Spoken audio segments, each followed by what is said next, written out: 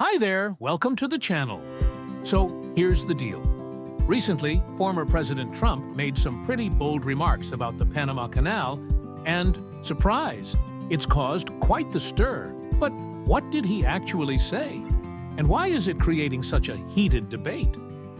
Today, we're not just stopping at what's on the surface, we're digging deeper to uncover the real story, exploring the political games, economic stakes, and everything in between. Sound interesting? Let's jump right in. So, here's what Trump said, and it's got everyone talking. First, he brought up how the Panama Canal is super important to the U.S., not just for trade, but also for military and economic reasons. Fair point, right? Then he dropped the big claim that China somehow has unofficial control over the canal.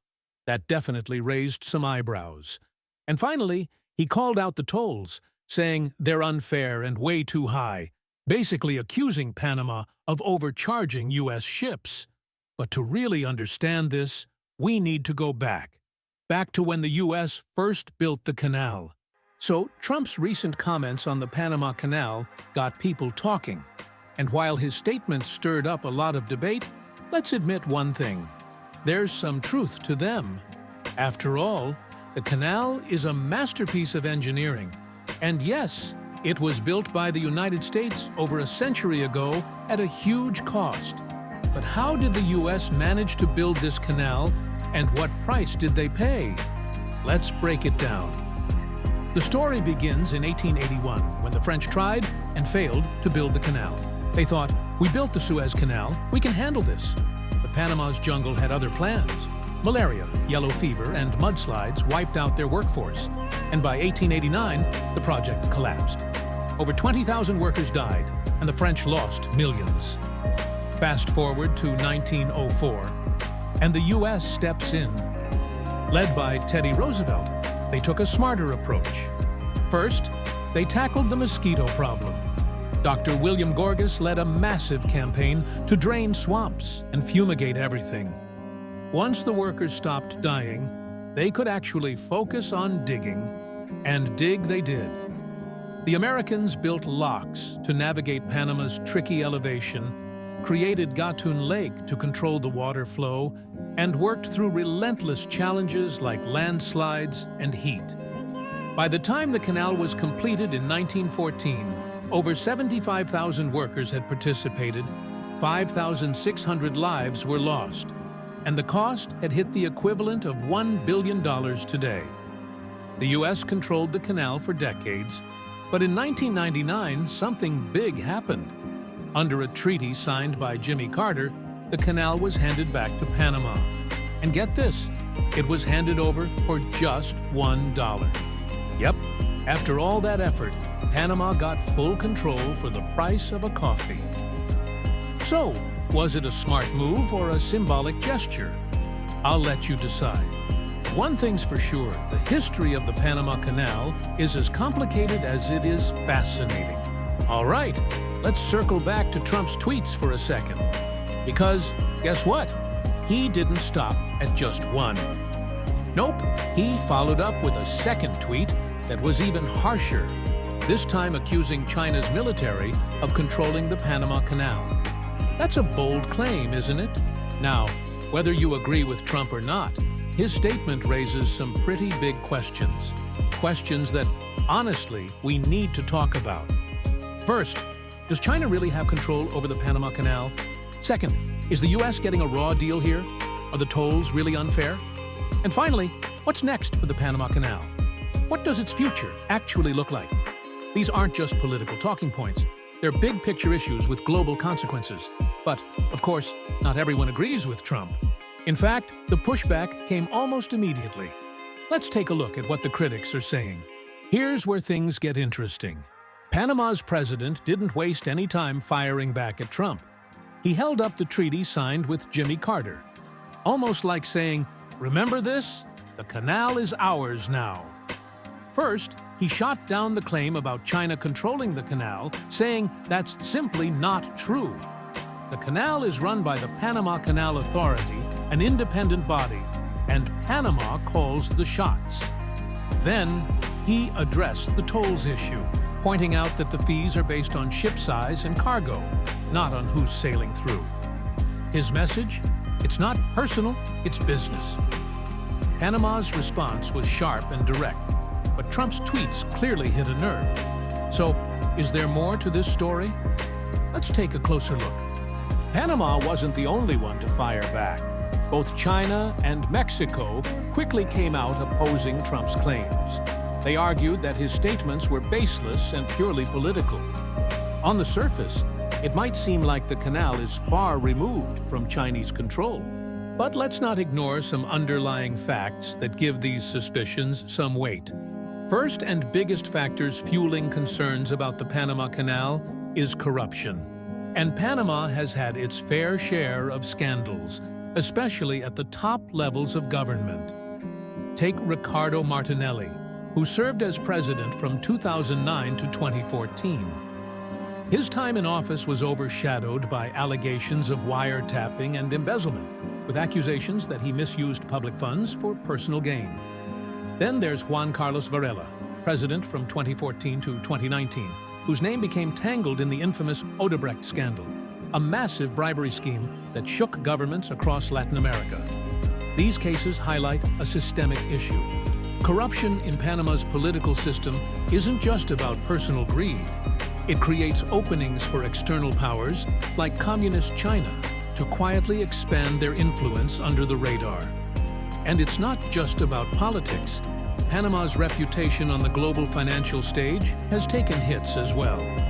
In 2019, the Financial Action Task Force, FATF, listed Panama on its gray list of countries with insufficient measures to combat money laundering. This wasn't the first time Panama ended up on that list either. It's been a recurring issue. Let's talk about China's Belt and Road Initiative, BRI, and how it's shaping Panama's future. In 2017, Panama made a major shift by establishing diplomatic relations with China and cutting ties with Taiwan. This wasn't just a symbolic move, it opened the floodgates for economic and political cooperation with Beijing.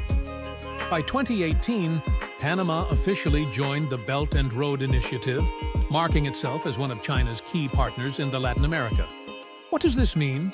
Well, it means money, projects, and influence.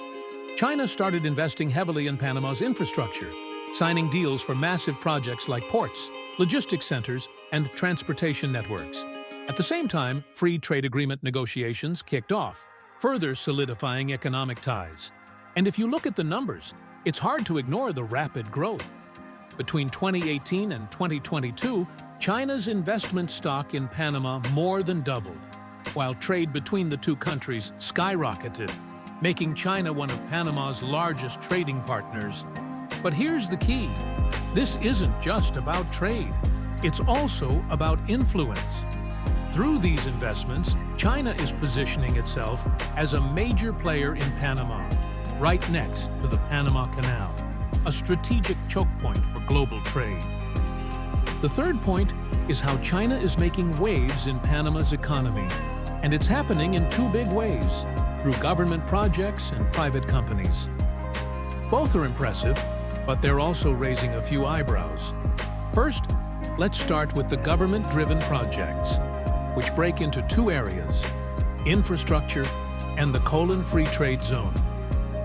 When it comes to infrastructure, China isn't holding back. One example, the massive fourth bridge over the Panama Canal. It's not just about easing Panama's notorious traffic. It's about creating a smoother logistics flow that benefits global trade, especially China's exports. Then there's the Free Trade Zone, one of the largest free trade areas in the world.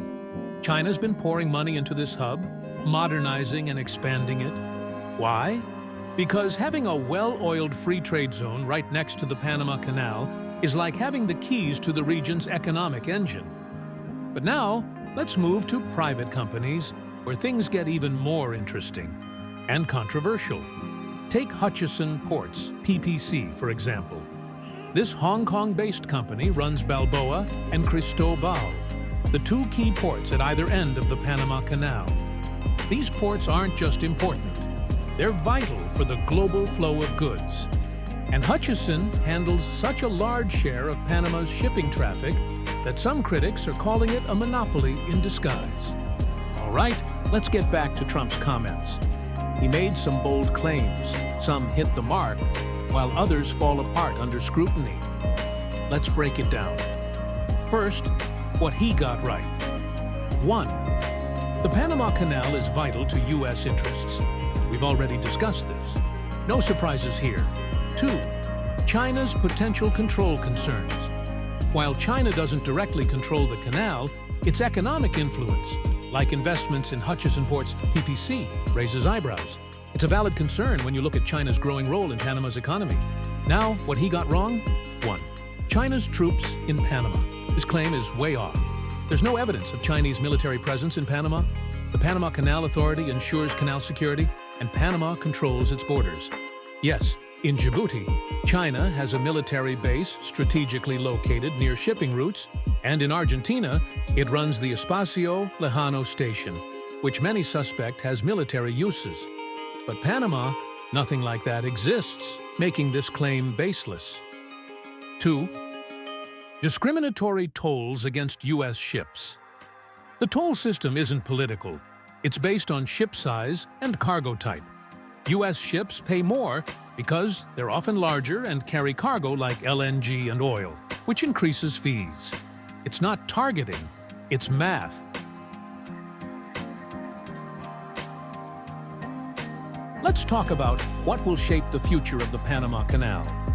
It all boils down to 3 major factors: Panama's economy, U.S. foreign policy, and China's influence.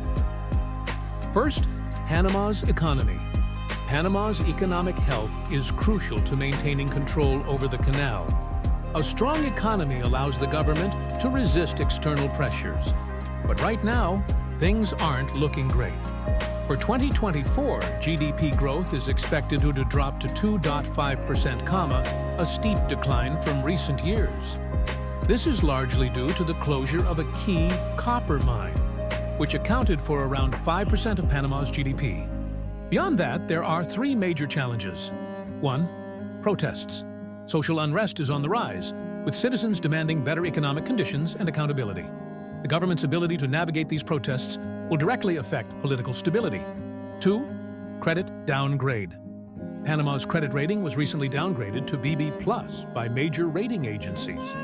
This makes borrowing money more expensive and could restrict their ability to fund critical projects, including those tied to the canal.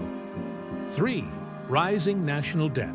Panama's debt has been climbing steadily, with projections showing it could exceed $50 billion by 2029. This debt burden further limits the government's flexibility to address economic challenges.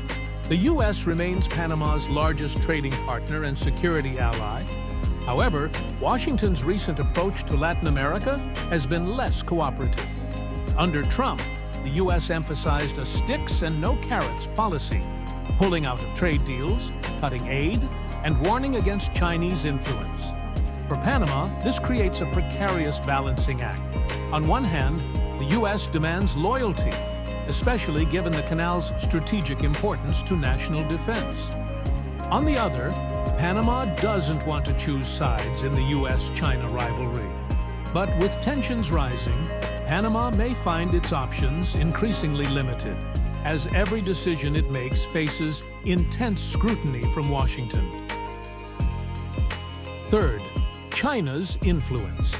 China's economic presence in Panama is undeniable, as we've already discussed. From major infrastructure projects to investments in the Colón Free Trade Zone, China continues to expand its footprint. Critics argue that Beijing leverages Panama's corruption issues to deepen its influence, while others see it as a necessary partner for development. The big question here is, can Panama keep playing both sides, maintaining strong ties with the U.S. while continuing to accept China's investments? So there you have it. The Panama Canal isn't just a waterway.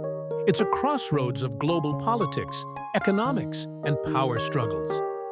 Its future will depend on how Panama handles its challenges and navigates the influence of global powers. If you found this video insightful, Don't forget to like, comment, and subscribe. I'd love to hear your thoughts. Thanks for watching, and I'll see you in the next one.